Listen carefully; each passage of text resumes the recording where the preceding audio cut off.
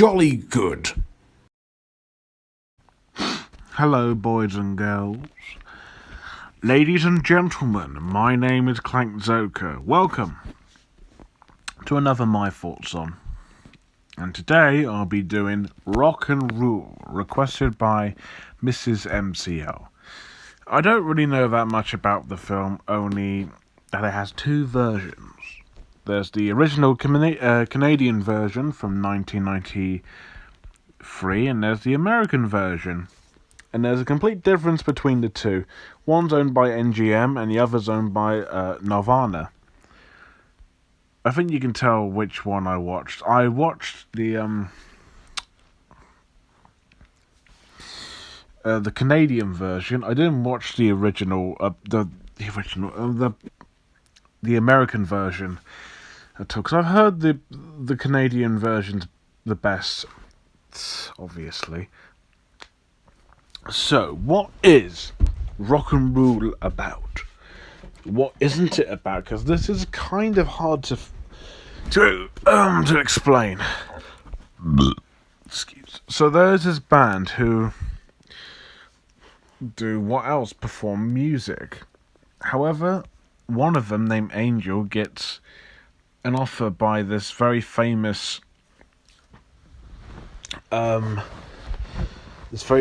musician named Mock, and he needs her for some very big diabolical plan, and the band goes off to find her. And that's it, really. So the theme of the film is all about music, although it doesn't seem to really be about music too much. It just seemed to be your typical find the missing member of the group. And then, I don't know, this... okay, the story's the weakest part of the film, I'll be very, very honest. It was hard to follow at times. It was kind of convoluted.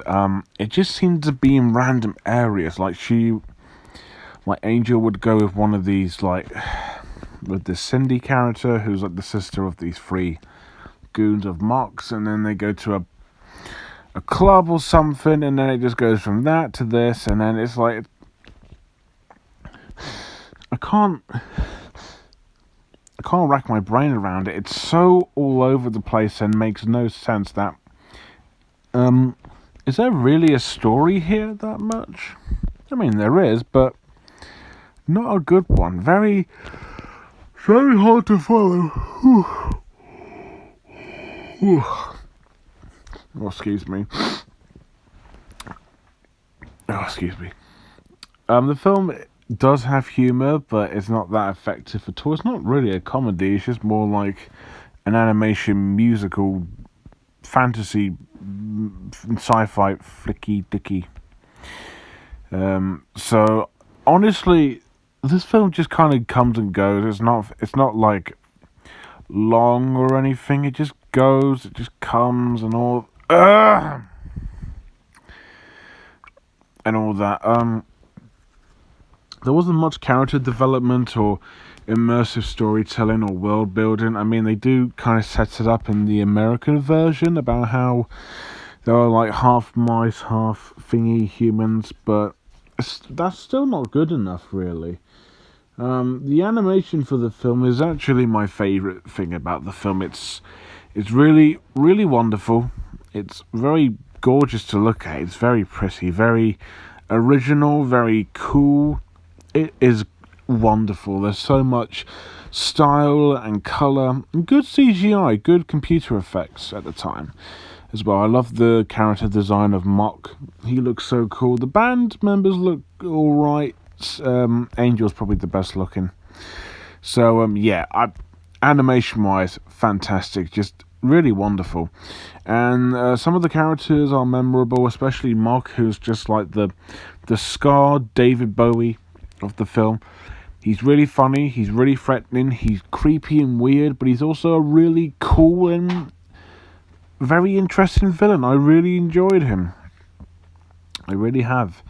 The band themselves are just Omar's very unlikable for always just walking away and not being, the hero type. He's just more like the one arsehole. He just doesn't want to do anything. You've also got Dizzy and you've got Stretch, who are like the two band members, and they're fine. They actually do more than frickin' Omar, who's just kind of there all the time. Angel's probably the second best. No, the three brothers, the three goons of Mock. I can't remember their names. I'm gonna have to look this up. Zip, Toad, and Sleazy. Oh god, they are so funny. Really, really funny characters. Unfortunately, they're not as fleshed out as Mock, but still entertaining. And the voice acting is also really good as well. Everyone puts great performances in, and they're all, they it sounds like they've done this before, but it sounds like they're having a good old fun time. The soundtrack for the film is very cool. There isn't a lot of songs in it that plays throughout, but I'm sure there is a lot on the soundtrack itself. Excuse me. But yeah, that's all I've got. Yeah, this film's not good, to be exact, but it was alright. Rock and Roll could have been a really fantastic musical flick, but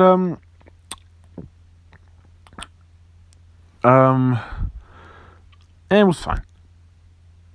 It just didn't quite have enough material to work with. Story's weak. The main characters are very mediocre, and I will admit the animation can be a bit strange and kind of out of place a little bit. It's not very funny. It's wacky all over the place, kind of silly too. But Negative Society animation is wonderful. Mock is a great villain. I thought he was really amazing. I like Angel too. The voice acting is very good also, and the musical sequences and even the third act I thought was quite cool too. So it's a decent film, but nothing amazing. I can also see why people love this to bits. It's like a cult film in a way. It's a film that seems like it's failed at the box office, but then it got like cult status, and I can see that because this film genuinely has the look of one. I'm gonna give it a what should I give it? 6.4 out of 10. Not good, but it was okay. And there you go. Next up, on Wednesday, I'm gonna be talking about The Room. I don't mean the one with Brie Larson, because that's actually quite good. No, I'm talking about The Room. You know the one. Oh, hi, Mark. Anyways, how's your sex life? Tommy Wiseau. I've got it on my phone, and I'm going to be watching it at some point. So just bear with me. So have you guys watched Rock and Roll? What do you think about it? Is it good, bad, decent? Do you want to see it? Let me know below, and as always, thank you guys for watching. Don't forget to like, comment, and most importantly, subscribe. And until next time, bye for now.